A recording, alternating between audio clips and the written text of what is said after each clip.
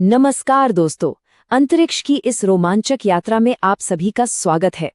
आज हम और आप स्पेस एक्सप्लोरर्स बनकर इस अनजान अंतरिक्ष के सबसे बड़े रहस्यों को माप करने निकल पड़े हैं। इस पूरे विश्लेषण को हम एक मजेदार बिगिनर क्विज की तरह आगे बढ़ाएंगे, ताकि सफर के साथ साथ हमारे ज्ञान का भी टेस्ट होता रहे। तो चलिए, बिना किसी देरी के सीधे शुरू करते हैं।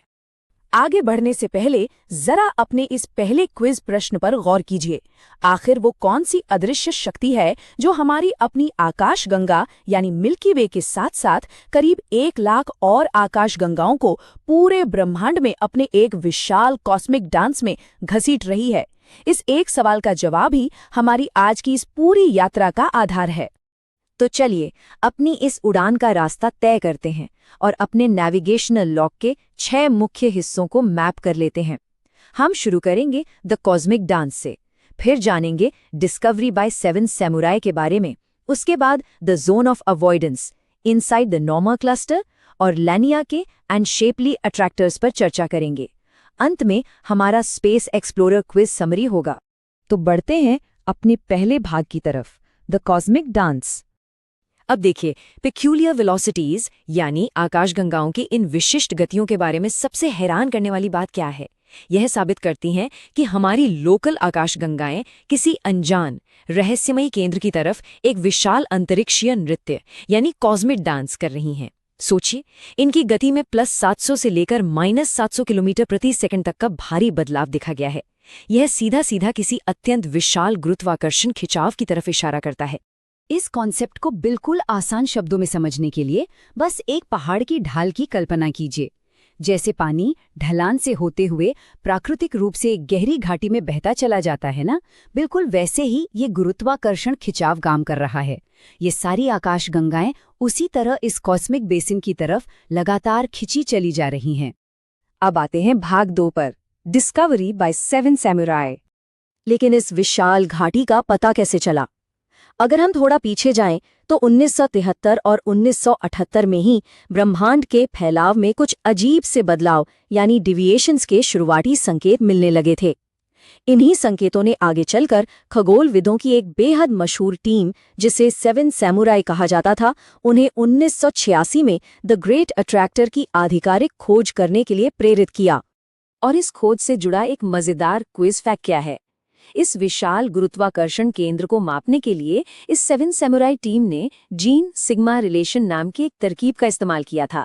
उन्होंने ठीक 400 एलिप्टिकल गैलेक्सीज की दूरी का बखूबी अनुमान लगाकर इस पूरे क्षेत्र का नक्शा तैयार किया था। पूरे 400। चलिए, अब अपने तीसरे भाग की ओर चलते हैं, द जोन ऑफ अवॉइडेंस। अब आप सोच रहे होंगे कि इतनी विशाल चीज इतने समय तक छिपी कैसे रही? दरअसल हमारी अपनी आकाशगंगा मिल्की वे ही एक सबसे बड़ी रुकावट थी। इसका घना धूल और तारों से भरा हिस्सा एक बहुत बड़ा ब्लाइंड स्पॉट बनाता है, जिसे जोन ऑफ अवॉइडेंस कहते हैं। इस विशाल धूल के गुबार की वजह से सामान्य रोशनी में इस ग्रेट अट्रैक्टर को देख पाना लगभग असंभव था। तो यहाँ आता है हमारा अगला क्विज प्रश्न। अगर सामान्य रोशनी से कुछ दिख नहीं रहा था, तो आधुनिक स्पेस एक्सप्लोरर्स ने इस जोन ऑफ अवॉइडेंस की घनी धूल के पार देखने के लिए आखिर किस ऑब्जर्वेशनल टूल का सहारा लिया होगा? सोचिए जरा। अगर आपने एक्सरे सोचा तो आप बिल्कुल सही हैं। एडवांस्ड एक्सरे डेटा, विशेष रूप से सीजा सर्वे ने यहाँ कमाल कर दिया। इन शोधकर्ताओं ने इस एक्सरे डेटा का उपयोग करके विजिबल लाइट की रुकावटों को पूरी तरह से बाईपास कर दिया। इस बेहतरीन तकनीक ने अंततः उन्हें उस गैलेक्टिक धूल के आर पार देखने और इस छुपे हुए रहस्यमय क्षेत्र का सटीक अध्ययन करने की ताकत दी। तो इस धूल के पीछे क्या छिपा था, ये हम जानेंगे भाग 4 में, inside the Norma cluster. 150 million से लेके 250 मिलियन प्रकाश वर्ष, ये कोई छोटा मोटा आंकड़ा नहीं है दोस्तों। ये विशाल नंबर मिल्की वे से द ग्रेट अट्रैक्टर के बीच की अनुमानित दूरी है, जो नॉर्मा कॉन्स्टलेशन की दिशा में मौजूद है। उन्हीं जबरदस्त एक्सरे टूल्स की बदौलत एक्सप्लोरर्स ने नॉर्मा क्लस्टर की पहचान की। ये दरअसल टकराती हुई पुरानी गैलेक्सियों का एक अत्यंत अशांत और क्योटिक क्षेत्र है, जहां से भारी मात्रा में रेडियो वेव्स निकल रही हैं। और यही क्लस्टर इस ग्रेट अट्रैक्टर के मुख्य इंजन यानी इस विशाल गुरुत्वाकर्षण खिंचाव के कोर एंकर की तरह काम कर रहा है। लेकिन कहानी यहाँ खत्म नहीं होती। बढ़ते हैं भाग 5 की ओर, लानियाकिया एंड शेप्ली अट्रैक्टर्स। अगर हम अपने नक्शे को थोड़ा और जूम आउट करें तो हमें लानियाकिया सुपर क्लस्टर दिखाई देगा। लानियाकिया की तुलना आप एक अकल्पनीय रूप से विशाल ग्रेविटेशनल बेसन से कर सकते हैं। सोचिए, ये लगभग 50 करोड़ प्रकाश वर्ष में फैला है और इस बेसिन के अंदर सभी स्थानीय आकाशगंगाएं द ग्रेट अट्रैक्टर की ओर आकर्षित होकर एक ही दिशा में बह रही हैं। पर अब सबसे बड़ा ट्विस्ट सुनिए। भले ही ग्रेट अट्रैक्टर हमारे स्थानीय बेसिन को अपनी तरफ खींच रहा है, पर वैज्ञानिकों ने पाया कि इसका मास मूल अनुमान से केवल 10वां हिस्सा ही है। 2005 के एक सर्वे में पता चला कि एक उससे भी विशाल और ताकतवर राक्षस वहां मौजूद है, जिसे शैप्ले अट्रैक्टर कहते हैं। ये इतना बड़ा है कि ये द ग्रेट अट्रैक्टर और हमारी आकाशगंगा दोनों को ही पूरे लानियाकिया स्ट्रक्चर के साथ अपनी ओर खींच रहा है ना हैरातंगेज?